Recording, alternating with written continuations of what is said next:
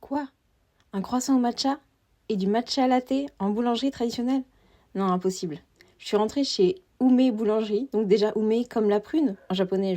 Ok, voyons ça, là je suis vraiment très curieuse.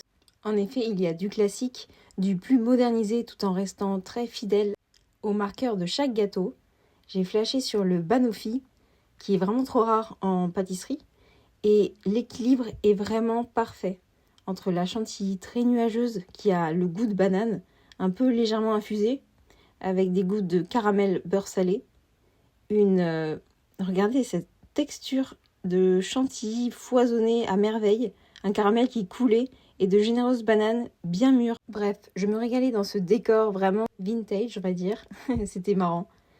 Donc j'ai enchaîné après avec le millefeuille caramel que j'ai goûté. Je l'ai emporté pour plus tard.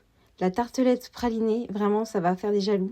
Et je pense que beaucoup de mes amis vont y aller juste pour ce bijou qui était vraiment aussi équilibré en mousse, en texture soyeuse, avec ses gouttes de praliné, le millefeuille caramel beurre salé comme je vous le montrais tout à l'heure, avec la chantilly bien sûr, les gouttes de caramel et la crème pâtissière. Le Paris-Brest que j'ai trouvé un tout petit peu en dessous avec le chou un peu mou, mais en tout cas, toutes les textures à l'intérieur et ce cœur fondant y étaient. Je vous invite à aller le découvrir. Cannelle Bullard maintenant, on enchaîne avec les viennoiseries. Un Cannelle Bullard dont même un des clients suédois en raffole, donc gage de qualité. Des cookies un peu fondus à l'américaine. Et attention,